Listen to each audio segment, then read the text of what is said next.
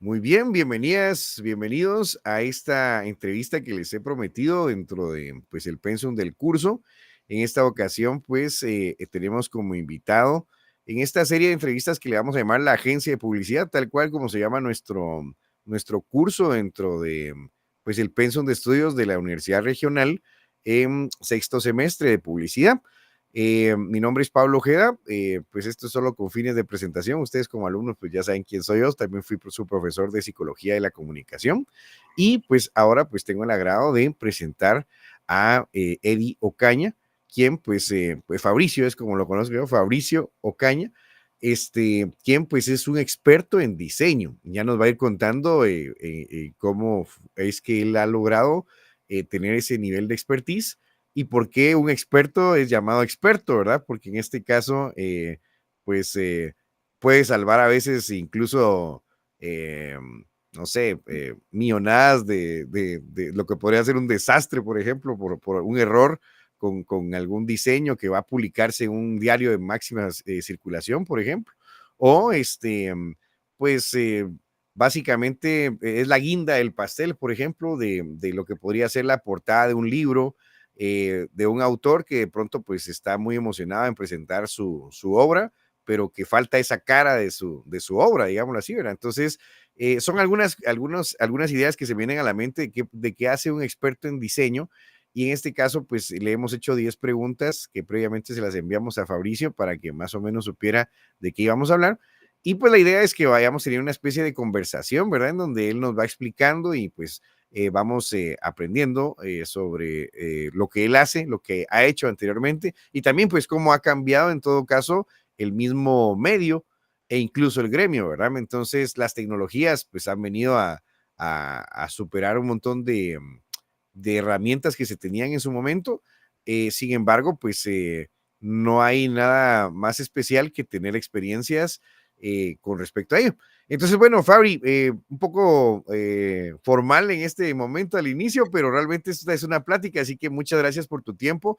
Le recordamos que en este caso, pues nuestros invitados pues también tienen otras actividades y pues en este caso nos ha regalado un poco de su tiempo para poder hacer este conversatorio y pues sabiendo que también no podíamos en algún momento coordinar una entrevista presencial por cuestiones de horario, pues lo hemos aprovechado ahorita que tenemos clase virtual. Entonces, Fabri, bienvenido y pues de una vez empecemos con la primera pregunta que Perfecto. te enviamos, ¿verdad? Y pues básicamente vamos a hablar un poquito de los inicios y las motivaciones, ¿verdad? En este caso, Claro. vámonos a unos cuantos añitos atrás, no vamos a decir cuántos, pero ya son algunos. Son Eh, bastantes. Imagínate cuando cabalmente estabas como empezando, ¿no? ¿Cómo y cuándo comenzó esta carrera en la publicidad, ¿no? Sí, Y cómo es que te convertiste en ese experto en diseño y claro. también que nos pudieras decir, son casi 3 preguntas, ¿no? ¿Cómo es Sí, que se llega a ser un experto en diseño y cómo desempeñarlo bien? Todo esto en el marco de entender que el diseñador es un elemento muy importante dentro de la estructura de una agencia de publicidad. Así que adelante. así es. Gracias, Pablo. Es un gusto que me des la oportunidad de apoyarte aquí en esta actividad que estás haciendo con tus alumnos. Fíjate que, bueno, vamos a hacer una reseña rapidito sobre en qué punto de mi vida yo me di cuenta de que esto era lo que a mí me gustaba. Yo empecé estudiando desde el diversificado, una carrera técnica que tenía que ver con dibujo. Esta era el bachillerato industrial y perito en dibujo técnico. Allí yo pues definitivamente iba encaminado y mi sueño era estudiar arquitectura, ¿verdad? Y pues realmente me fue muy bien. Yo siempre, debo decirlo, fui un estudiante mediocre antes de llegar a encontrar mi verdadera motivación, que fue lo que me abrió los ojos para entender lo importante que es que te guste lo que estás estudiando, porque de allí parte realmente todo, o sea, la dedicación, la pasión, cosas importantísimas para uno poder de verdad entregarse a esa actividad. Allí, pues cerré mi carrera muy bien, el diversificado, con muy buenas notas. En esa época en la Universidad de San Carlos, que fue a donde fui a estudiar, a buscar educación superior, no existía el examen de admisión. Lo que hacían era una especie de examen de aptitudes vocacionales y te las hacían incluso antes de salir del colegio. Iba personas de la Universidad de San Carlos a los colegios donde habían diversificado, nivel diversificado, y te hacían el examen. La prueba, ¿verdad? Que era como para entender qué intereses y aptitudes tenías para más o menos orientarte a qué ir a buscar. La cuestión es que en el 91, ya hace rato, me fui a inscribir a la Facultad de Arquitectura y empecé a estudiar arquitectura. En ese momento yo llevaba tan buenas notas que incluso decidí tomar varios exámenes por suficiencia. Uno de ellos fue el de dibujo técnico.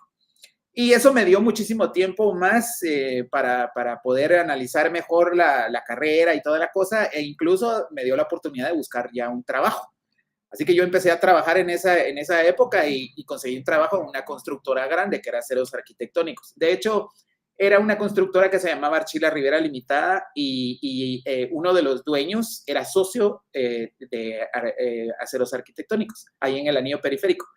Me quedaba cerquísima de la U y todo, entonces esa fue mi principal motivación para empezar a relacionarme con cosas que tenían que ver con el dibujo y la expresión artística. Ya estando allí en arquitectura, en el segundo semestre cambiaron el pensum y cambiaron los horarios, lo cual me hizo imposible poder mantener el trabajo y la universidad. Y viendo opciones, pensé, bueno, voy a analizar cambiarme de carrera, pero definitivamente no quería alejarme del espíritu que tenía esa facultad.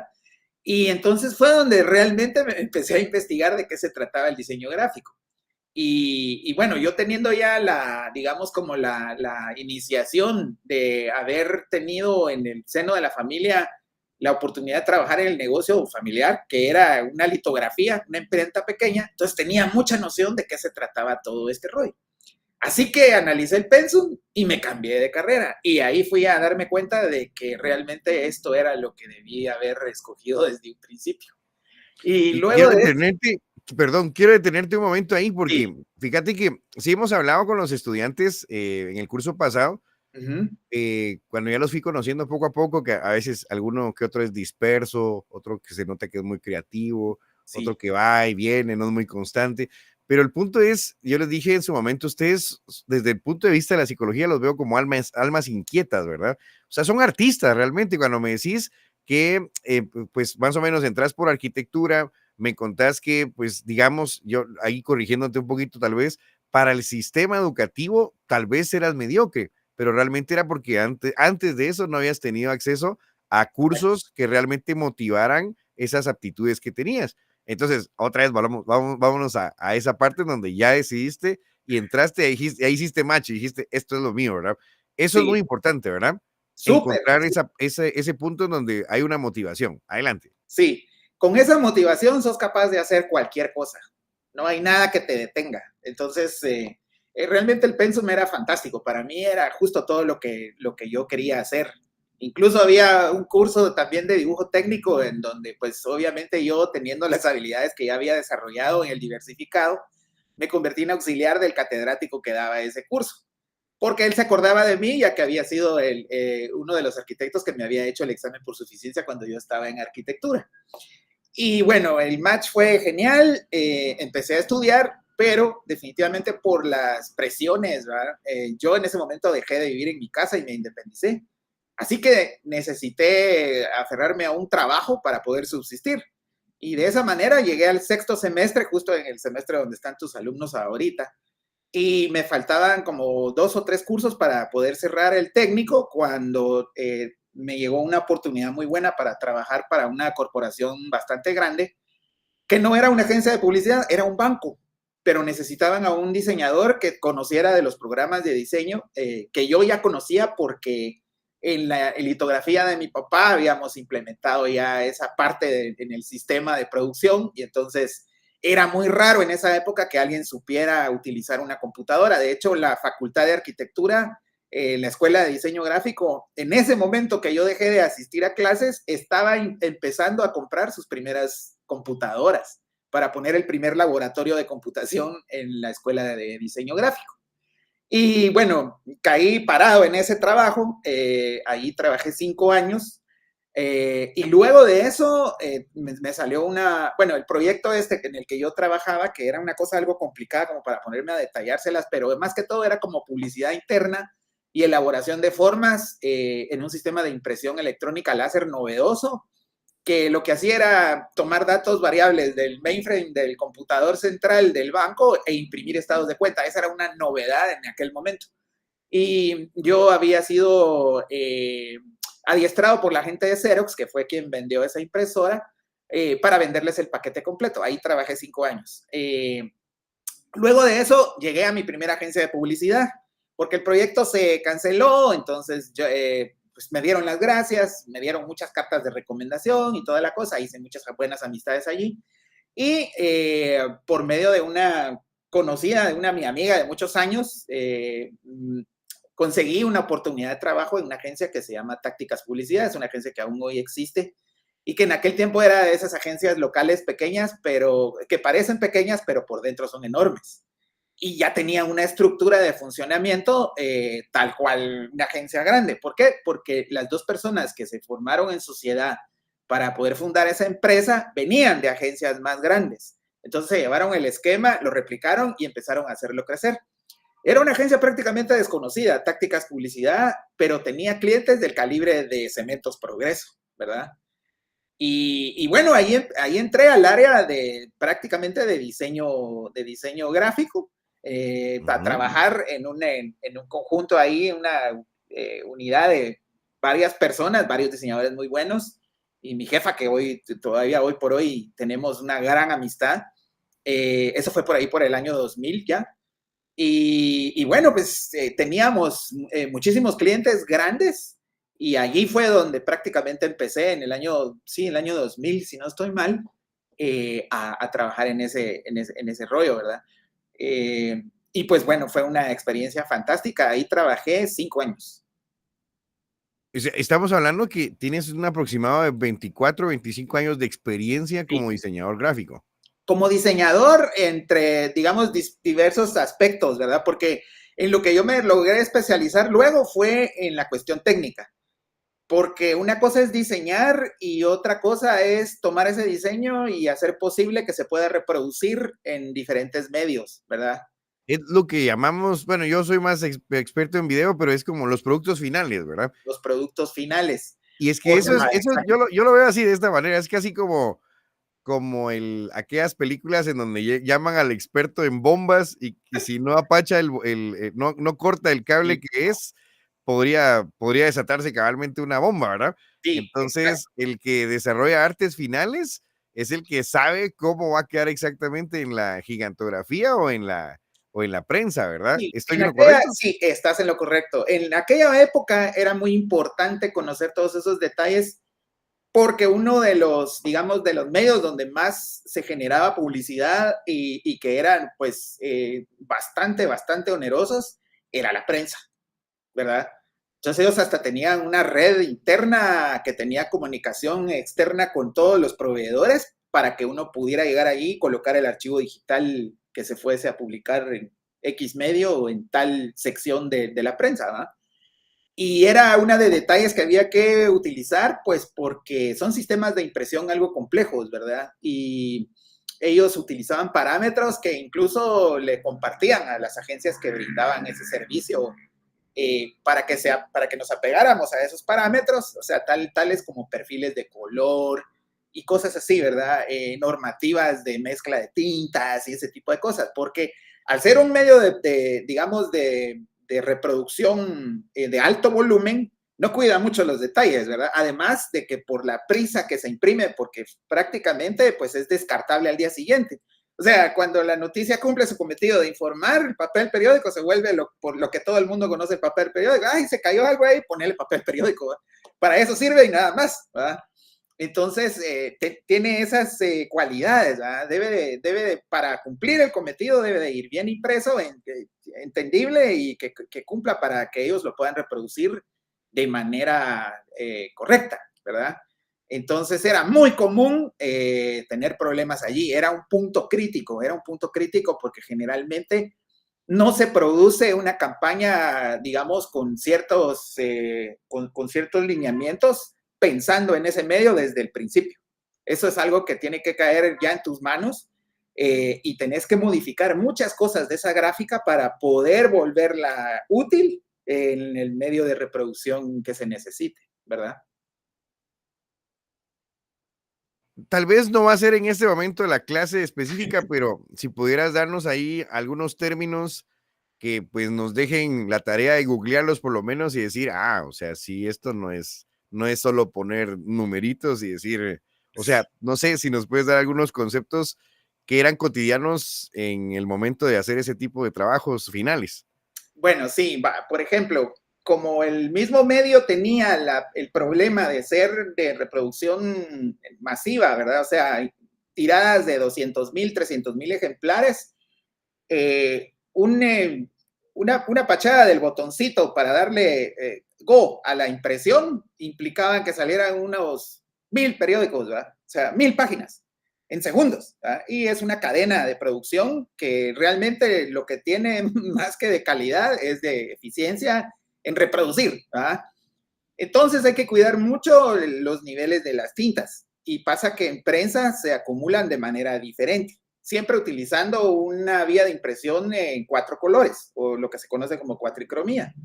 Entonces, cuando vos mandas una gráfica, tenés que medir qué cantidad de color se mezcla en cada área y las críticas son las áreas oscuras.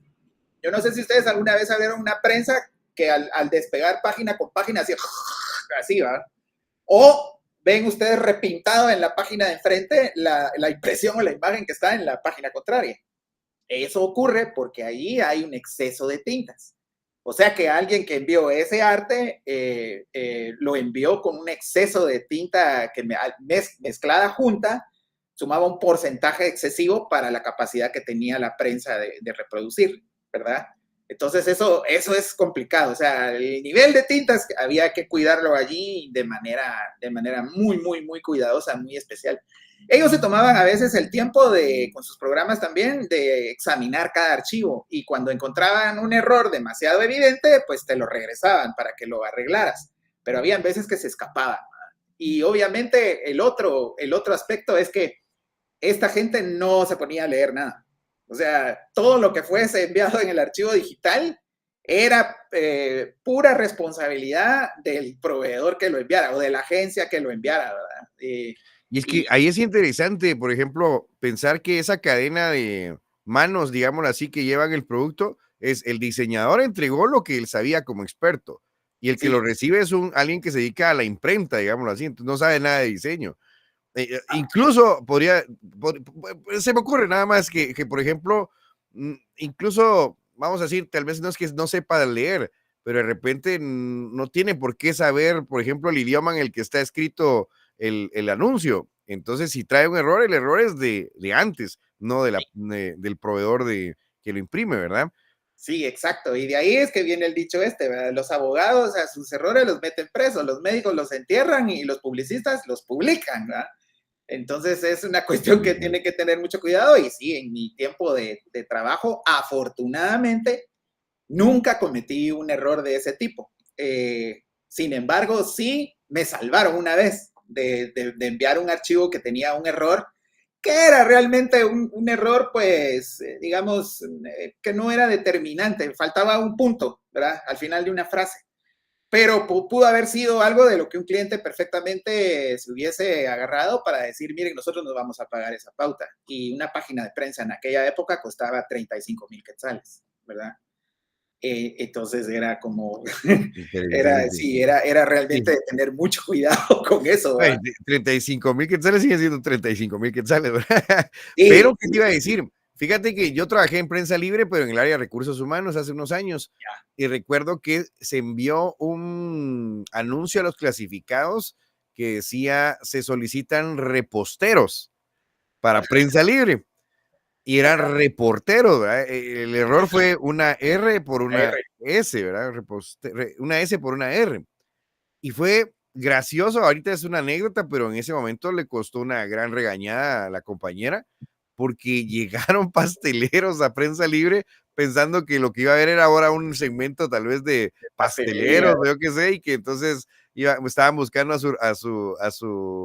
a su pastelero estrella, ¿verdad? Algo así. Y Sí, llegaron unos cuantos, fíjate, y entonces lo que puede hacer una simple letra, ¿verdad? sí. Porque el mensaje totalmente cambió. Totalmente, totalmente. Y como diseñadores, digamos, contestando a tu pregunta también, ¿verdad? En el aspecto de qué, digamos, qué se necesita para poder ser un buen diseñador. Bueno, a la par de, digamos, como una habilidad para poder percibir la estética, que implica muchas cosas, ¿verdad? Color, balance, equilibrio. Lo importante es que nunca te desvíes del mensaje que querés comunicar. O sea, ya ves lo definitivo que es una letra para alterar totalmente la intención de un mensaje. No digamos lo que es una gráfica, ¿verdad? O sea, eso es algo, regla básica, ¿verdad? O sea, si querés comunicar, por ejemplo, querés comunicar calor o algo así, pues hay un color específico para eso. ¿Por qué? Porque nuestras emociones se guían en base a los impulsos que percibimos, los impulsos que se crean con la percepción que tenemos de lo que vemos, ¿verdad? Entonces ahí está. En el caso de las letras, las frases, pues son sus símbolos, es su simbología. La palabra repostero no significa lo mismo que reportero, ¿verdad?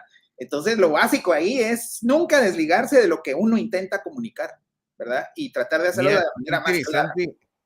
Cabalmente ahorita con lo que mencionaste de estadística, el año pasado, casualmente para las elecciones, se le señaló algo a Prensa Libre de que las plantillas eran exactamente las mismas de hace 4 años Sí, y que no cambiaron nada, solo que incluso Prensa Libre salió a pedir una disculpa diciendo que sí, en efecto, las plantillas eran las mismas y que la modificación no había sido la adecuada. Pero imagínate el revuelo que hizo con lo que representa cabalmente el tema de las estadísticas en tiempo electoral, ¿verdad? Pero sí, bueno, muchas gracias, Fabricio, por darnos este preámbulo, ¿verdad? Porque realmente pues es un servicio de la agencia de la publicidad, el tema del diseño y esas relaciones que se tienen ya con medios de comunicación que recuerdo que en algún momento me comentaste que te hicieron firmar un papel de ¿qué sería? De responsabilidad. Eso sí. no lo hablamos aquí en micrófono, pero cuéntanos un poco también de Bueno, cómo, sí, cómo uno queda en medio de eso, de dos empresas, digámoslo así, ¿verdad? sí, lo que hacen es que bueno, digamos como que es de como un acuerdo, ¿verdad? Vos estás de acuerdo en firmar eso, que es un contrato de confidencialidad. ¿Por qué? Porque, digamos, al igual que la información sensible que implica, que te dijera yo, el manejo de datos en prensa libre respecto a las encuestas sobre los candidatos presidenciales, esas encuestas, esos números podrían cambiar la percepción de la gente si se sacan un día antes ¿me entendés? O en el momento en el que ocurra algo que determine el comportamiento colectivo, ¿verdad? Lo mismo ocurre con las campañas publicitarias. ¿Por qué? Porque pues las campañas se estructuran de cierta manera que cumplan digamos, un propósito del cliente respecto a la colocación de sus productos en el mercado. ¿Eso qué quiere decir? Quiere decir que probablemente una campaña tenga una fase de expectativa, que es algo muy empleado en el medio porque, pues, digamos que crea cierta incógnita en las personas para como generar el interés necesario y que el impacto de la campaña como tal cuando salga sea mayor, ¿verdad? Si yo no respeto la confidencialidad que se maneja en la agencia para respetar la fecha en que va a salir, digamos, la fase 2 que ya es como el lanzamiento de la campaña, pues imagínate, ¿verdad? Entonces, ese tipo de cosas son así. Otra es que, digamos, cuando algunas personas, bueno, no fue mi caso, pero algunas personas sí, digamos, renuncian o son despedidos de la empresa, se llevan ciertos secretos y cierto conocimiento sobre dinámicas que manejan las marcas para operar en diferentes ámbitos, ¿verdad? Eso es también, digamos, algo que te dicen, te alertan que hay que respetar. Por ejemplo, también todas las gráficas, todos los documentos que implican la creación de marcas, imagen o campañas definitivas ahí en X o Y sentido, no pueden salir de, digamos, el espacio físico que ocupa la agencia de publicidad, porque no te pertenecen. Entonces yo no puedo, digamos, tomar, aunque yo haya participado en campañas de multinacionales grandes, no las puedo tomar como muestra o ejemplo para colocar en mi carpeta de trabajo, por ejemplo, ¿verdad? Eso también te condiciona el contrato de confidencialidad. O sea, eso es de uso exclusivo del cliente y de la agencia, hasta que termine el contrato entre ellos dos, que también se da, ¿verdad? Y así es la cosa. Qué interesante, Fabricio. Pues mira, vamos avanzando también en otras preguntas que ya nos estás realmente ilustrando.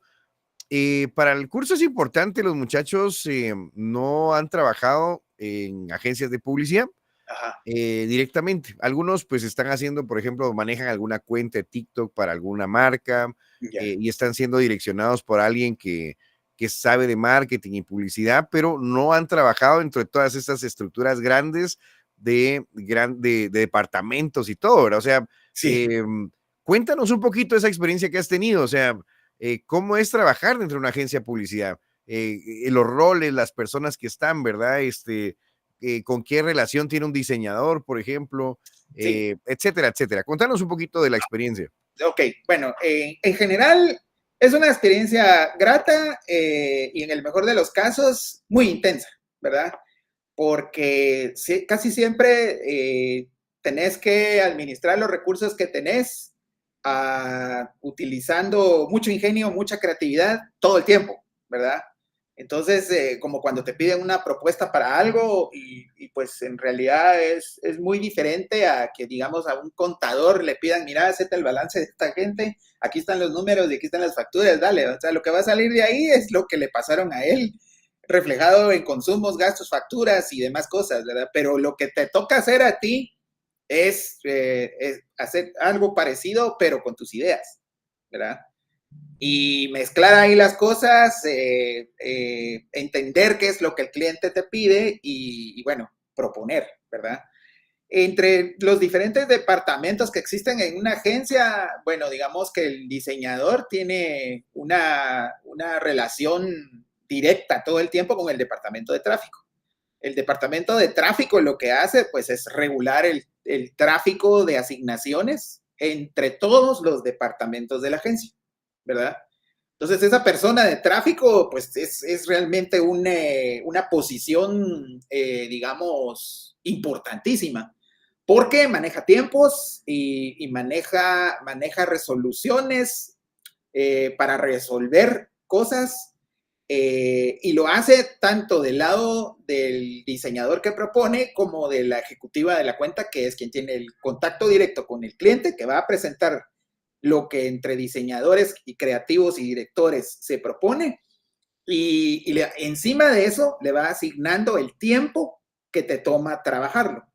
¿Para qué? Para poder asignarle un valor, ¿verdad? Hay diferentes negociaciones con las que trabajan las agencias, o sea, diferentes maneras, pero lo que más se conoce es la percepción de un fee o cuota mensual básica que el cliente le paga a la agencia para desarrollar todo lo que tenga que desarrollar. Obviamente esto se da luego de negociaciones entre el cliente y la agencia para llegar a un acuerdo y luego pues estipular qué ocurre si de repente el cliente le gustó tanto esta campaña que quiere otra, ¿verdad? En el mismo tiempo del que dura el periodo que se paga un fee o una asignación de recursos para la agencia. Obviamente requiere esfuerzo doble del personal y tiempo, ¿verdad? Entonces eso genera otro costo distinto. Quien maneja todos esos números es la persona de tráfico, ¿verdad? Luego, bueno, pues está el departamento de arte que, digamos, encerraría a la gente que prepara los detalles técnicos de los materiales que reciben de los diseñadores. Los diseñadores estarían, digamos, en el departamento de creatividad, ¿verdad? Los diseñadores tienen pares que pueden ser, que son, digamos, quienes apuntalan su trabajo. Estos pueden ser los copies o redactores que les ayudan a la hora de generar textos que apoyen las gráficas o imágenes que están presentando. Y todo eso coordinado por los directores creativos. Las agencias muy grandes tienen unidades en donde se reparten la cantidad de clientes y entonces así tenés una célula aquí que trabaja con ese esquema de un director creativo encargado, una dupla entre un diseñador y un copy, ¿verdad? Y luego se repite el mismo esquema así con la X cantidad de clientes que tenga la agencia. Solo para profundizar, un copy es aquel que hace los eslogans, ¿no? Sí, un redactor, Un ¿verdad? Un redactor. redactor que te puede apoyar tanto con texto corto, texto largo o cualquier idea que necesites plasmar en texto, ¿verdad? A eso se dedica, o sea, debe de ser alguien Perfecto. muy, muy versátil con la pluma y también, obviamente, con las palabras, ¿verdad? Debe tener una ortografía impecable, porque nada se le puede pasar a ese copy con una falta de ortografía. Eso es catastrófico, ¿verdad? O sea, imagínate, ¿verdad? Pueden medir una campaña por el simple hecho de que una palabra no lleva un acento o una tilde, ¿verdad? Sí, imagínate. Y eso demuestra hasta cierto punto cabalmente como ha pasado por tantas manos que no hubo responsabilidad, digámoslo de esa manera, ¿no? Eh, Sí, Te iba a preguntar, por ejemplo, la persona de tráfico también es la persona que le llaman en algunos lugares jefe de cuentas.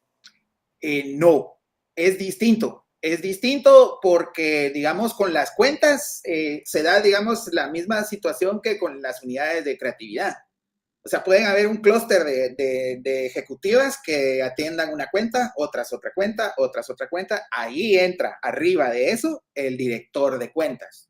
El Ah, el director director de de cuentas cuentas. ya tiene como responsabilidad, pues, valga la redundancia, rendirle cuentas al director de la agencia, ¿verdad? Ya. A Sí, ver, este es como un jefe de piso, me imagino, es o sí, lo que le llaman hoy en día también en otros proyectos del project manager. Es sí, como en palabras más coloquiales, como el capataz, que el anda ahí atrás. capataz. ¿Cómo vas? ¿Cómo vas? ¿Cómo vas? Así Sí. también hay un director de creatividad, ¿verdad? O director creativo de la agencia, que es el que se encarga de observar que todo el trabajo salga nítido de parte de los creativos que tienen a su cargo, a su diseñador y a su copy y toda la cosa, ¿no? Un dato más o menos promedio, ¿verdad? Más o menos cuánto tarda, por ejemplo, hacer una publicidad, una campaña. ¿Cuánto tarda de pronto sacar una, un diseño para prensa, un diseño para valla? No sé, más o menos un promedio. ¿Y cuántas personas intervienen? Solo para que tengamos una idea. Bueno, eso dependerá de muchos factores, ¿verdad? O sea, todo eso es como muy, ¿qué te dijera yo? Relativo, ¿verdad? Es Porque una aquí, receta. sí, pero digamos, en mi experiencia en la agencia, digamos, la siguiente agencia donde trabajé después de Tácticas, que fue Leo Burnett, eh, era, digamos, una agencia con un esquema grande y con clientes grandes. Entonces, es un proceso, por lo tanto, también un poco más ralentizado, ¿verdad? Porque la definición de la creación de la campaña parte desde el concepto que el cliente te trae, ¿verdad? O sea, el cliente te dice, mire, fíjese que yo tengo la idea de que quiero lanzar una campaña para que la gente consuma mi nuevo producto que tengo, que es una leche chocolatada, ¿va? Y entonces quiero ponerle un nombrecito bonito para que los niños la miren y digan, ah, mami, quiero leche chocolatada. Entonces desde ahí empieza con un brief, ¿verdad? Esa es como tal vez de los primeros contactos que tiene el cliente con la agencia y ahí participan los directores, que son los que tienen que entender de primas a primeras cuál es el requerimiento del cliente para poder luego alertar a sus subalternos y trabajen en la misma dirección y así satisfacer lo que el cliente necesita, ¿verdad? Todo ese proceso del briefing puede ser indefinido, puede tomar mucho. Yo he visto procesos que salen como muy lentos por diferentes factores, pero cuando, digamos, poniendo como poniendo en la mesa que es un cliente que tiene un proyecto ya definido y que tiene sus alternativas puestas incluso por escrito y que las comparte, es un proceso que podría llevar de una semana a un mes, ¿verdad? Y todo eso obviamente debe de venir calendarizado no solo por el cliente, ¿verdad? Sino también, digamos, por las diversas circunstancias que irán a afectar esa producción. Una campaña grande podría surgir en un par de meses o en unos 3 meses, incluyendo su preparación y todo el material que la va a apoyar, ¿verdad? Eso implica muchísimas horas de trabajo que generalmente en este medio ya se normalizó que no tenga límites. ¿Verdad? O sea, una agencia, vos ves gente entrando a las 10 de la mañana, pero generalmente es gente que se fue de ahí a las 4 de la mañana, ¿verdad? De la mañana, el mismo Sí, día. Sí, pues, ajá, exactamente. interesante. Sí. Mira, cuando nos mencionas, solo para hacernos una idea, tal vez también tú sabes mucho más, eh, ¿cuáles son tal vez los nombres más pomposos de agencias de publicidad? En este caso, Leo Burnett suena top, transnacional y etcétera, etcétera, ¿verdad? Sí. Pero cuéntanos, danos algunos nombres. Bueno, Leo Burnett es una agencia que fue creada por un señor que se llamaba Leo Burnett en Chicago en los años 30, ¿verdad? Justo despuesito de la recesión económica, cuando la economía en Estados Unidos estaba como tratando de recomponerse después de esa debacle que ocurrió con la caída de la bolsa de valores. Leo Burnett fue como un innovador, ¿verdad? Porque en esa época, digamos, el centro neurálgico de la publicidad en Estados Unidos, que pues son prácticamente quienes dieron el impulso más grande a eso en la historia, era en Nueva York, ¿verdad? Entonces, que alguien se pusiera a tratar de fundar una agencia en Chicago era como ver a alguien con un traje de baño en el Polo Norte, vamos. Así, y todo el mundo se reía de él, ¿va? Le hacían mucha gracia. Pero el tipo tenía una pasión para todo eso y un rollo como muy místico para atender a sus clientes que pues volvió eso un consorcio increíble. Y esa pues sería una de las agencias más grandes que luego fue comprada por otro grupo. Eso fue a mediados de los años 70, cuando Leo Burnett ya estaba muy grandecito, entonces decidió vender su agencia y se la vendió al grupo Publicis. Ese es tal vez el grupo publicitario más grande del mundo, que incluso es dueño de varias agencias que aquí conocemos, por lo menos en Guatemala, como agencias grandes. Pero lejos de ese círculo hay otras también, ¿verdad? Está, por ejemplo, BBDO. También está, vamos a ver, ¿qué otra agencia hay así grande? Estaba hace tiempo ya Eco, John and Rubicam, que creo que ya desapareció. Y bueno, hay muchísimas agencias así Hay una que enormes. se me viene a la mente por algunos premios que en algún momento hice producción, Ogilvy, no. Ogilvy, sí, Ogilvy también, claro que ¿Existe sí. Es todavía una... Huachalal? Huachalal existe aquí en Guatemala. Mira, lo que ocurre con estas agencias de publicidad aquí en Guatemala es que funcionan con un sistema que pareciera como el de las franquicias de los restaurantes, ¿va? Entonces, ponete, hay un inversionista local que pues compra el derecho de poder representar a la empresa como una subsidiaria en el país donde está y obviamente pues supedita a las órdenes de la Casa Central que estará en cualquier otro país del mundo eh, y reparten utilidades, ¿verdad? Utilizan el logotipo, el nombre y se rigen por las normativas que la agencia maneja mundialmente. A mí me gustó mucho trabajar para Leo Burnett porque ese no era su caso.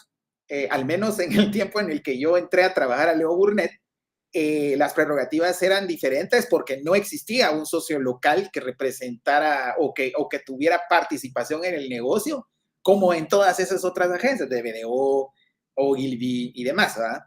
Entonces, ¿qué significaba esto? Esto significaba que no había un gerente local, sino que el director de la agencia era generalmente un extranjero enviado por la red, eh, cuya base está en Chicago, bueno, y últimamente ya en Francia, donde está Publicis. Entonces, digamos como que las políticas de la agencia eran diferentes, eran distintas, ¿verdad? Eran muy alejadas de lo que en el mercado local esta gente practicaba con esas agencias franquicia, para vos. Yo no sé, aquí tal vez voy a pecar de ignorante, pero tal vez le pego. Yo trabajé en como la producción de unos premios que antes se llamaban, creo que Jade, que eran de Sí, los premios publicidad. CADE. Ah, Sí, va. de publicidad, cabal. Y a lo lejos me acuerdo también que había una agencia de publicidad, no sé si estoy correcto en el nombre, pero el nombre que se me viene a la mente es Avance Epsilon. ¿Existió eso? Sí, sí. También. Sí, Avance Epsilon era Y aquí era justamente donde eso que quería te digo. comentarte, no sé si tal vez, y yo lo asocio que era una agencia que pertenecía, por ejemplo, a Pais, creo yo. O sea, eras la agencia propia de una marca. Sí, Más que todo no como para era, hablar. no, no era así, no era así, no. No era así. Ah, ok. No, que yo lo entienda, porque realmente son interioridades que la verdad se vuelven como algunas cosas mitos y otras pues son de dominio popular. Ah, ya. Pero lo que sí es cierto es que el mejor cliente y el único cliente que quedó sosteniéndolos hasta que creo que cerraron, de hecho tenían aquí en la Avenida de la Reforma su Ah, agencia, el mejor cliente que tenían era Pais.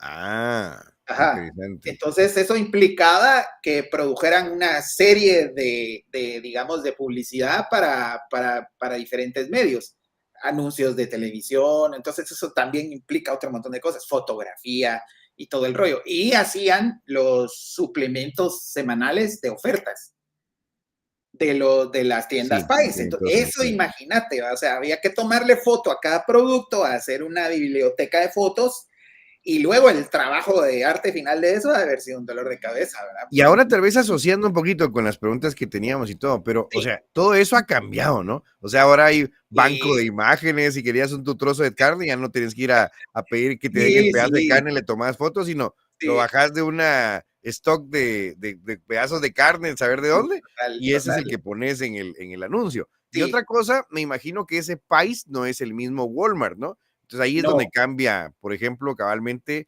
esta evolución, que probablemente tenían un buen cliente, pero el cliente también evolucionó y entonces sí, cambian las reglas para la agencia también, ¿verdad? totalmente. Mientras eso ocurría, también cambiaba el entorno en donde, pues, publicábamos, ¿verdad? El entorno donde se hacía publicidad. Lo que le dio un giro completo de 180 grados a todo esto fue el Internet, ¿verdad? El Internet cambió nuestra forma de vivir y también pues cambió incluso muchos hábitos, muchas cosas que para nosotros era algo que incluso ni siquiera teníamos en la mente. O sea, nunca nos imaginamos, por ejemplo, que con un teléfono podías tener aquí una agencia de publicidad, ¿verdad? O un estudio de producción cinematográfica o una cámara fotográfica y muchas otras cosas que también te podían abrir la puerta para tener acceso a una plataforma en donde ya no iba a ser necesario que produjeras un comercial de $50,000, sino que simplemente tenías que entrar a una red social, hacer un medio videín ahí, ponerle un par de textos y listo, ahí está. Y el alcance era masivo también, ¿verdad? Entonces, todo eso le dio la vuelta al negocio, o sea, en el sentido de que cambió la manera de hacer las cosas.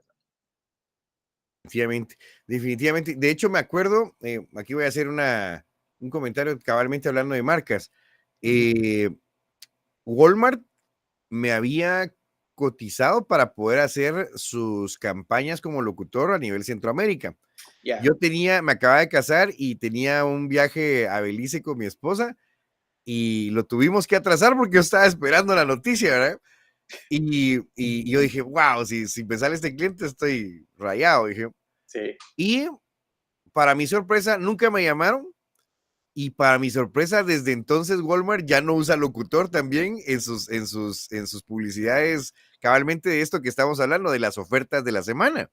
Y entonces Sí. dice uno, ouch, porque al final de cuentas prescindieron simplemente de ese elemento, ¿verdad? Del locutor, que obviamente les generaba algún costo, pero que al final ellos siguen vendiendo con locutor o sin locutor, ¿no? O sea, al final las reglas van cambiando también del negocio, ¿verdad? Y me ha Cierto. pasado en general también actualmente me imagino, o sea, se está abaratando, por ejemplo, los costos por el, Sí. el hecho de que ahora hay inteligencia artificial y ya pueden usar los locutores artificiales, pero pues las cosas van cambiando, ¿verdad? Y más o menos por aquí vamos cabalmente también las siguientes preguntas, ¿verdad? No, no, tal vez no llevo el orden de lo que venimos platicando Dale, que te envié, no pero en tengas este pena. caso sería, contame lo bonito, lo feo y lo malo, digámoslo así. Normalmente se dice lo turbio, así, Lo pero turbio. de las agencias de publicidad. Contanos esas tres fases. Sí. Bueno, mira, yo mucho tiempo fui alguien que, digamos, por precisamente la poca movilidad que tuve dentro de ese medio, no conocía las interioridades de muchas agencias grandes. De hecho, si tengo que ser completamente honesto, yo cuando fui a solicitar trabajo a Leo Burnett, no sabía dónde estaba tocando la puerta. Porque precisamente como mi entorno era muy diferente, yo conocía algunas cosas de arquitectura y sabía cuáles eran las empresas grandes. De hecho, sí tuve oportunidad de trabajar con un arquitecto que manejaba el desarrollo de los restaurantes Pollo Campero antes de que ellos tuvieran un in-house que manejara todo ese negocio de arquitectura. Entonces yo era muy neófito respecto a eso de las agencias de publicidad. De hecho, mi primera agencia, cuando yo trabajé en tácticas, yo ya tenía 28 años, ¿verdad? O sea, era nuevo. Y para entonces ya tenía 30 y tantos, a la mitad de mis 30 cuando llegué a Leo Burnett. Y la verdad es que, mira, ocurren muchas cosas siempre en ese tipo de empresas, pero tal vez de las cosas que menos me gustaron fue que se daba mucho esa cuestión de, digamos, la disparidad en cuanto a la apreciación del trabajo entre hombres y mujeres. Aunque se empezó a romper cuando yo estuve en Leo Burnett. De hecho, cuando yo entré a Leo Burnett, mi jefa, pues, era una mujer, ¿verdad? Y fue alguien que me sorprendió muchísimo porque tenía como unos 5 o 6 años menos que yo. Y digamos, toparte con alguien que ves así como, y esta chavita, ¿verdad? ¿Qué onda? Pero luego darte cuenta en el desarrollo del día a día y del trabajo que es alguien súper capaz y que de hecho, pues, te hace sentido que sea la jefa la que dirige toda esta operación, que de hecho nosotros manejábamos una cuenta fuerte que era Procter Gamble. Entonces decís, ve. Pero luego vas conociendo más interioridades y te das cuenta que ella, como directora de unidad, ganaba menos que otros hombres que en las mismas circunstancias, incluso manejando cuentas un poco más fáciles y de menos responsabilidad en el sentido de la plata que generaban en la agencia, ganaban más, ¿verdad? Eso sí sentía yo así como, no.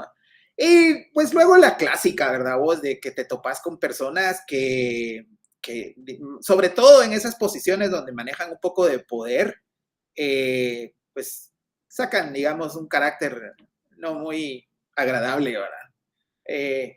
Gente que te pone mucho el ego, y eso se ve muchísimo en las agencias, ¿verdad? Porque te das cuenta de que a veces piensan que un acento o que seas de otro país o que tengas en tu haber alguna cierta cantidad de premios o cosas así, te pueden dar derecho de, digamos, no ser una persona decente con los demás, ¿verdad? O sea, el trato y eso. Esas fueron tal vez las cosas más feas. Y bueno, es más complicado cuando te ocurre con un cliente, porque, digamos, yo por eso en cierto punto pedí como que en el caso de que se diera necesario, no tener que tratar con ciertos clientes que eran algo problemáticos. Sin embargo, digamos, como que en una ocasión sí me di la oportunidad de tratar, de probar, a ver qué tal me iba con una cliente que teníamos que manejaba, no voy a decir el nombre de la empresa, pero manejaba una división de productos enlatados naturales, ¿verdad?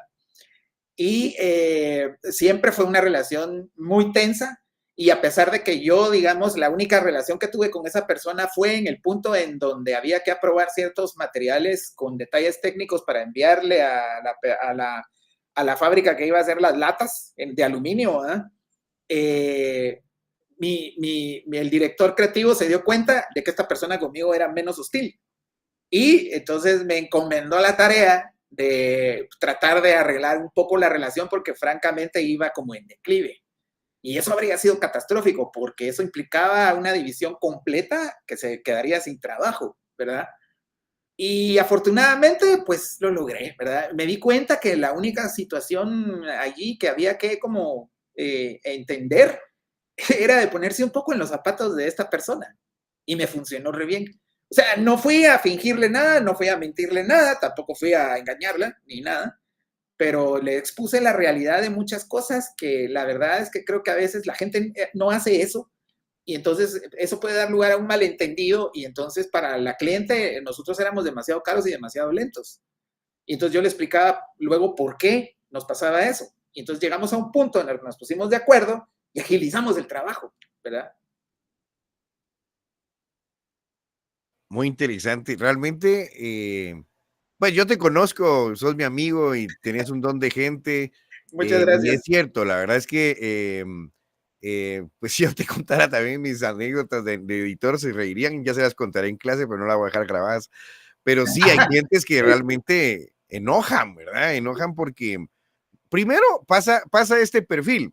A veces hay clientes que no estudiaron o que no tienen idea realmente de lo que están pidiendo y entonces piden cosas absurdas o son redundantes o en el proceso no se dan cuenta de toda la gente que está involucrada para llegar a ese arte final y ellos están como poniendo creativos en el proceso y lo cambian y lo cambian y lo cambian y eso implica horas de trabajo de otras personas.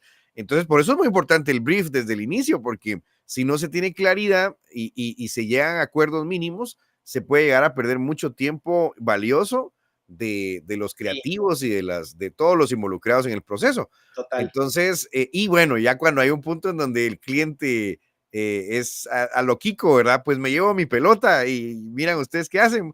Entonces sí hay que tratar de cuidarlo, ¿verdad? Y en este caso, pues ese trato personalizado, pues es el que realmente algunos necesitan, ¿verdad? Y muy pocos se los pueden dar a veces, ¿verdad? Entonces es interesante porque al final es eso, ¿verdad? Es incluso básicamente la lectura que doy es salvaste la cuenta, pues, por dar un servicio personalizado en su momento, ¿no? Un poco sí, pero no me puedo dar el crédito yo solo, porque la verdad es de que también confiaron en mí y estuvieron, digamos, anuentes a hacer lo que yo sentía que era necesario hacer, ¿verdad? O sea, esta cliente necesitaba un trato especial y no me refiero con eso a lisonjerías ¿verdad? No, nada que ver. O sea, ella se sentía tranquila y eso pues lo pude comprobar cuando le llevábamos y le manteníamos un informe al detalle, digamos, más seguido de lo que regularmente se hace con el resto de clientes para sus proyectos. Entonces ella se quedaba como,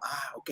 Y posiblemente nos tomáramos el tiempo de siempre, o un poco más, o sea, seguíamos siendo un poco lentos y algo caros, porque así era nuestra infraestructura y nuestro trabajo tenía que seguir el mismo recorrido, pero ella estaba tranquila cuando la llamamos y le decíamos, mire, fíjese que en este momento los artes de las latas que se van a ir porque en esa época no había aquí ningún proveedor que pudiera hacer ese trabajo de imprimir aluminio, latas de aluminio, entonces se va a ir en este momento a la revisión del proveedor en México, ¿verdad? Genial. Entonces ella, feliz. Pero cuando la dejábamos en asco así, nosotros nos quedábamos esperando, bueno, tiene que decirnos el cliente, si el proveedor, si el arte va bien, ¿verdad? Y no podíamos darle una respuesta al cliente si el proveedor desde México no nos contestaba. Y a veces se tomaban 2 semanas. Porque esa gente, hermano, eso era una fábrica que tuve la oportunidad de ir a conocer. Pues eso fue lo más divertido de todo. Porque la cliente luego dijo, bueno, ya está todo aprobado, ahora necesito que se venga Fabricio conmigo a México. Y yo, ¿qué? ¿Verdad? Entonces, sí, yo le voy a pagar el pasaje, no se preocupen, ¿verdad? Y entonces así fui a conocer México en el 2005, ¿verdad? Y a conocer esa fábrica que estaba en Toluca. Y fue una buena experiencia. Muy interesante, mira, pues, Sí. bien, entre otras de las preguntas que te hacía era, pues, ¿cuál fue tal vez un proyecto que fue un desafío? Algo que también te deja una satisfacción de decir, yo lo hice, ¿verdad? O no sé, algo que creas que cabal por la envergadura, por a quiénes llegó, a quién impactó, no sé, algo Sí. que querrás contarnos.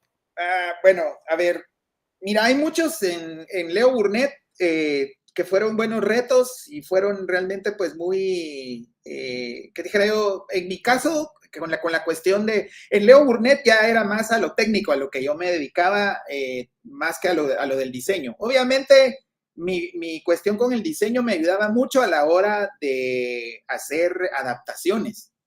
Porque, digamos, a vos lo que te pasan es un key visual o una clave visual que es como bueno, esta es la idea, que te dijera yo, puede ser un anuncio de frijoles, ¿verdad? Y entonces, en base a esa gráfica, a ese anuncio con ese titular específico, vas a sacar de allí todos los materiales que tienen que hacerse para la campaña, que pueden ir desde una trasera de bus hasta una valla de 15 metros por 8.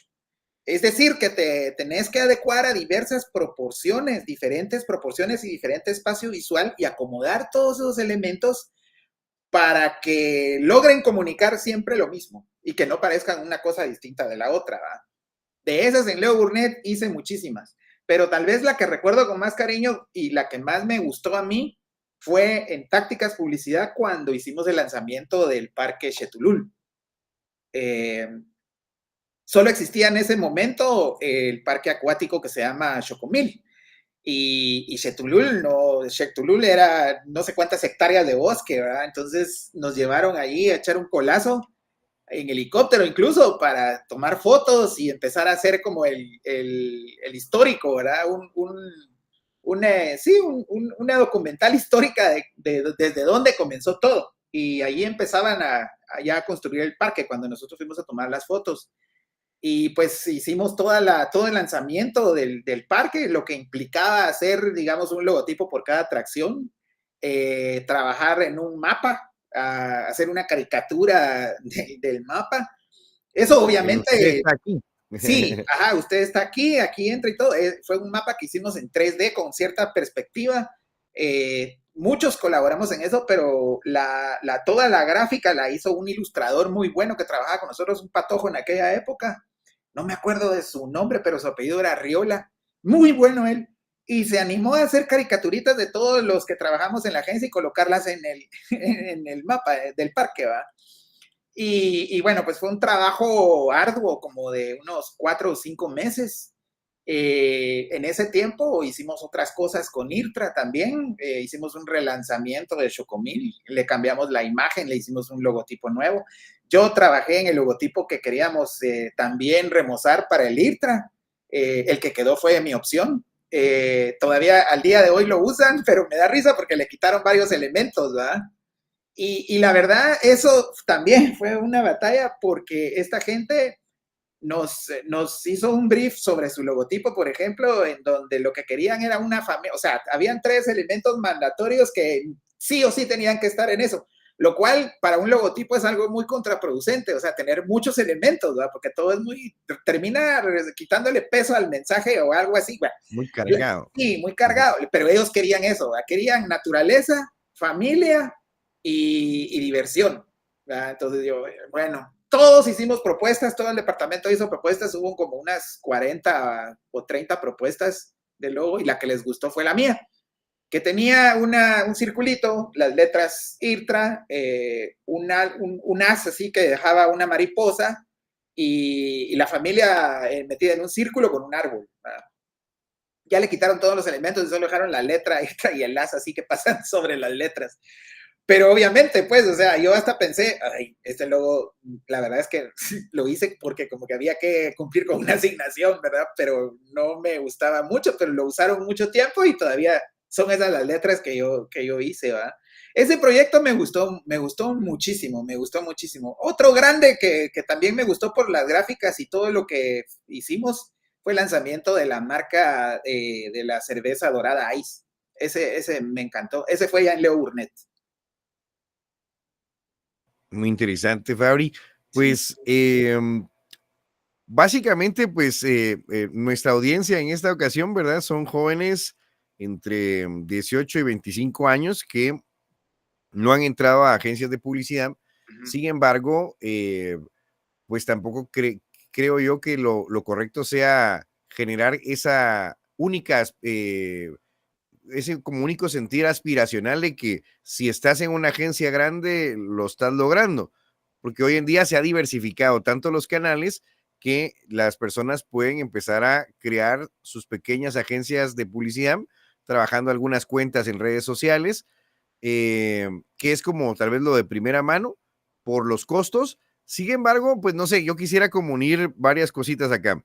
Primero, todavía que nos cuentes cómo fue esa evolución también de los canales y que a pesar de que los canales, por ejemplo, la televisión, la radio, las gigantografías, los móviles, siguen siendo como los más caros, siguen también teniendo efectividad, o sea que no hay que obviarlos, porque no es todo es redes sociales hoy en día, pero en todo caso, pues hay que aprenderlo, o sea, hoy en día yo digo que en este caso, este tipo de conocimientos muy específicos que vos tenés,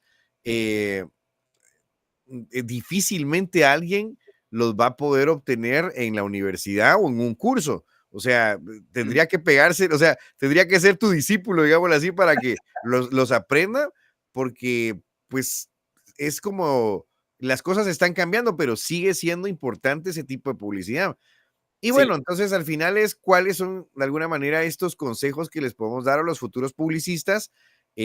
Como te comentaba fuera de micrófono, ellos pues estarían básicamente ya al agua patos, pero todavía no tienen de alguna manera una pericia específica, o sea, no son locutores, escritores o, o diseñadores gráficos como para poder empezar, pero aún así, pues tienen los conocimientos como para ser parte de un equipo y entrar en esta parte tal vez un poquito más administrativa, ¿verdad?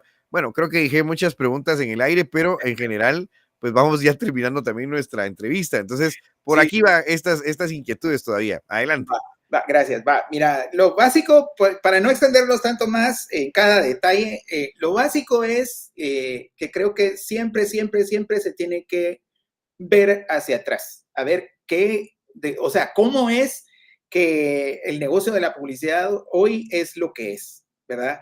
Nunca, nunca, nunca, digamos, quedarse con la cuestión de no voltear a ver qué fue lo que causó todo esto, ¿verdad? Y allí, pues, no sé, me parece que también, digamos, siempre es interesante comprender cómo un medio adquirió tanta relevancia después de una industria después de que se cambió o que prefirió cambiar su modalidad basándose en la preferencia de la gente y también en los cambios tecnológicos que han ocurrido en nuestra historia, ¿verdad? Es decir, que no teman y que siempre estén estimulados, que busquen un estímulo para conocer la historia. Eso es importante, súper importante, porque les puede dar la pauta y el parámetro para comprender hasta dónde podrían las cosas cambiar en un futuro, ¿verdad? Y también hay que tener en claro de que esos cambios puede que se den muy rápido o puede que no, ¿verdad? O sea, prácticamente pasamos todo el siglo XX dependiendo de la imprenta para poder comunicar muchas cosas. Y luego los medios alternativos que surgieron con la tecnología, porque acuérdense que la televisión, el cine y todas esas cosas empezaron a desarrollarse, si comprendemos todo, desde el inicio del cine a principios del siglo pasado, ¿verdad? O sea, y miren hasta dónde llegamos.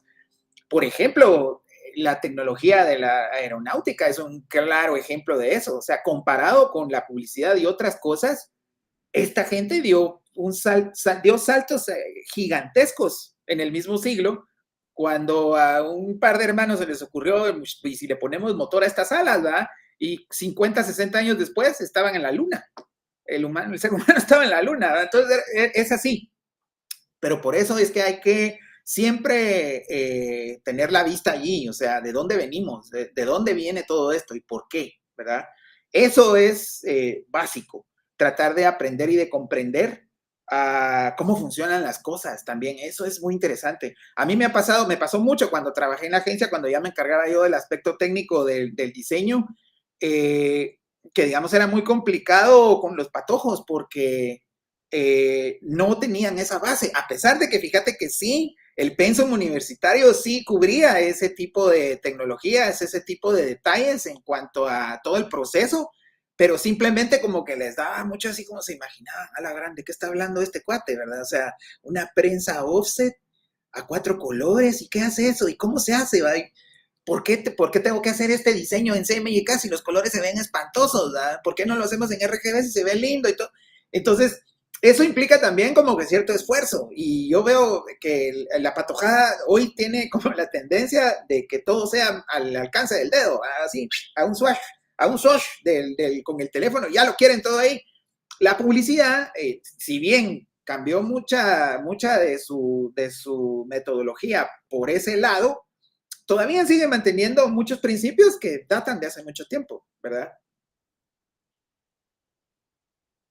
Me encantó ese razonamiento, esa reflexión también, porque pues básicamente no llegamos hasta aquí por casualidad, o sea, Oh, siempre hubo exacto. gente creativa, siempre hubo gente adelantada a su época Sí, que de alguna manera hizo aportes significativos para que hoy tengamos todos estos conocimientos también, ¿verdad? Muy exactamente. bien, Fabri. Y bueno, yo creo que cerraste ahí con todo, cabalmente, ¿verdad? Nos hablaste un poquito de la evolución que ha habido y pues también qué consejos a nuestros publicistas.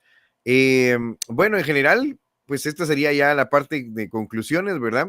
Sí, Vamos a hacer un ejercicio también. Vamos a pedirle a los estudiantes que como esto no fue en directo y en vivo, que si tienen alguna pregunta que nos las pudieras ampliar, entonces te voy a estar molestando de pronto. Con mucho gusto.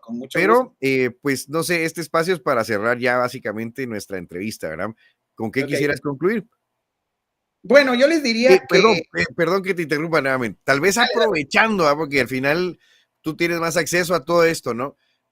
Tal vez alguna sugerencia, algún libro, alguna serie, algún video, algo que nos oriente a ese mundo de los colores y el diseño que tenga que ver con la publicidad, no sé, eh, por ejemplo, yo acabo de ver la serie de cómo se hizo Spotify y habla de 6 puntos en Netflix, 6 capítulos donde se habla de esto mismo, pero desde el punto de vista del CEO, del programador, de la publicista, de la abogada y del artista. Entonces, Genial. es interesante porque es el mismo tema, pero desde la perspectiva de distintos, ¿no? Entonces, a mí me parece interesante. Pero no sé, tal vez tú nos puedes también orientar en algo que podamos ver. Bueno, mira, existe una cantidad infinita de material y de gente que es genio en esto. Yo, pues a lo que conozco, les podría decir que busquen la biografía de Leo Burnett. Y en YouTube hay un sinfín de videos cortos, algunos creados por Publicis, otros por diferentes personas, algunos que son, digamos, publicistas ilustres en el medio o que fueron, ¿verdad? Siempre hay que investigar, pero yo me quedaría con Leo Burnett. O sea, creo que su manejo de la conceptualización sobre lo que el cliente le pedía y lo que a él se le ocurría era simplemente genial. Y luego, hablándote de series o producciones o expresiones, digamos, de diferente índole, tal vez a mí una cosa que me sorprende muchísimo, la agarraría de la cinematografía y creo que allí hay un hito que marcó este productor George Lucas, el creador de Star Wars. Digamos, como que para mí su intención de hacer el resto de la trilogía que sigue a los primeros capítulos que hizo de esta serie ya son otra historia y creo que no se merecen ponerlas a la par de las 3 primeras películas que hizo. Mucho menos todas las series que vienen después que ahora salen que ya ni me doy cuenta qué personajes se sacan de la manga ni qué, pero si quieren ver algo muy interesante de cómo se rompen esquemas, cómo se rompen paradigmas, y creo que por ahí es donde un publicista también debe de tener mucho de su combustible para crear, vean lo que hizo George Lucas. Es realmente impresionante. Cambió la manera de hacer efectos especiales de la industria del cine en el mundo. O sea, nadie había hecho ni se había imaginado siquiera cómo lograr ese tipo de efectos que créanme, a mí tal vez me impacta mucho y probablemente también les hable un poquito como desde el corazón, ¿verdad? Porque fue una serie de ciencia, una película de ciencia ficción que mi papá me llevó a ver al cine, cuando el cine costaba un quetzal, imagínense. Y yo no salgo todavía de la impresión que me causó y todavía lo hace la escena cuando la veo. Ahora ya la tengo aquí en DVD o la tengo incluso en archivos digitales y la gran de la primera escena de esa película y me puse a pensar de tiempo después, ¿verdad? Ya digamos de adulto, ¿cómo le hizo para hacer esto este señor?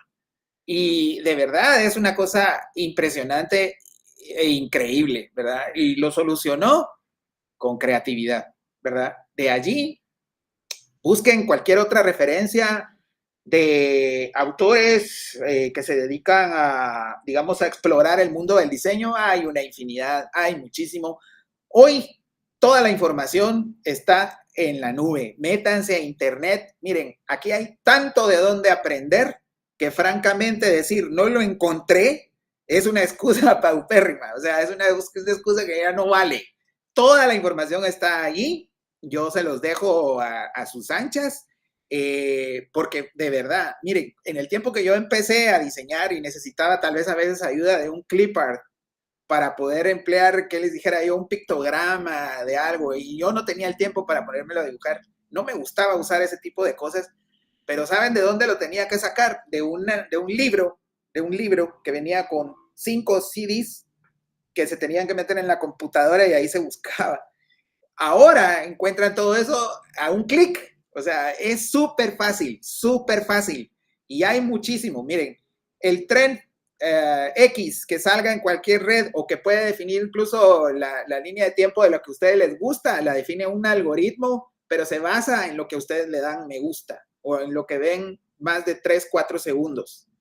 Que sus líneas de tiempo de lo que buscan en las redes sean de cosas que les dejen conocimiento. Ese tal vez es mi consejo práctico, básico, y no se sumerjan tanto en eso, o sea, sumérjanse en la creación, pero obviamente no se pierdan ahí en el tiempo viendo cosas que no les van a dejar mucho, ¿verdad? O sea, gente bailando o gente famosa que se hace famosa por hacer tonterías o por quitarse la ropa. No, o sea, creo que se le puede dar un giro a esto. Es una herramienta increíble, pues porque ahora todo lo que teníamos en un televisor lo tenemos en la bolsa y eso nos da un poder muy, muy importante que no tenemos que desperdiciar y menos usarlo para el mal, perdón. Usémoslo para comunicarnos. Esa es toda la historia. Y pues creo que con eso los dejaría. Excelente, Fabri, pues te agradezco mucho el tiempo y pues la verdad es que contestaste todas nuestras preguntas y pues nos dejas también caminos para seguir explorando, que creo que eso es lo más importante después de reaccionar a una entrevista en donde pues ha habido información, ¿verdad? O sea, ustedes comprueben toda esta información que se ha hablado, ¿verdad? O sea, googleenlo, como dice Fabricio, pues toda esta información la puede uno encontrar en internet, pero en este momento pues estamos también llenos de anécdotas, de experiencia, que eso es muy importante para ustedes que están empezando y que se van a ir involucrando cada vez más en este gremio también de la publicidad y pues en todos estos medios, ¿verdad? En donde ustedes pueden impactar con mensajes. Bueno, la vamos a dejar por aquí, Fabri, te agradezco mucho y pues nos vemos en una próxima ocasión y espero molestarte tal vez con algunas preguntas próximamente. Así que Claro, gracias. con todo gusto. Órale, pues.